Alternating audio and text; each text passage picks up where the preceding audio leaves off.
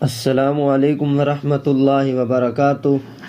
آج ایک بہت ہی اہم مسئلہ بیان کرنا ہے، وہ یہ ہے کہ روزے کی حالت میں اگر مرد کو یا عورت کو احتلام ہو جائے تو کیا اس سے روزہ ٹوٹ جاتا ہے یا نہیں۔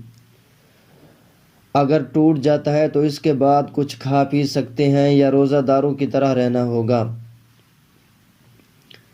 تو اس کا جواب یہ ہے کہ اگر روزہ دار کو چاہے وہ مرد ہو یا عورت ہو سونے کی حالت میں احتلام ہو جائے تو اس سے روزہ نہیں ٹوٹتا بلکہ روزہ صحیح ہے، البتہ جتنا جلدی ہو سکے غسل کر لے، بلا وجہ غسل میں تاخیر نہ کرے تاکہ روزے کا زیادہ سے زیادہ وقت پاکی میں گزرے۔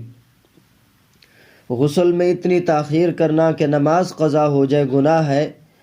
روزہ جب باقی ہے تو دن بھر بھوکا پیاسا رہ کر روزہ مکمل کرنا ضروری ہوگا۔ واللہ تعالی اعلم بالصواب۔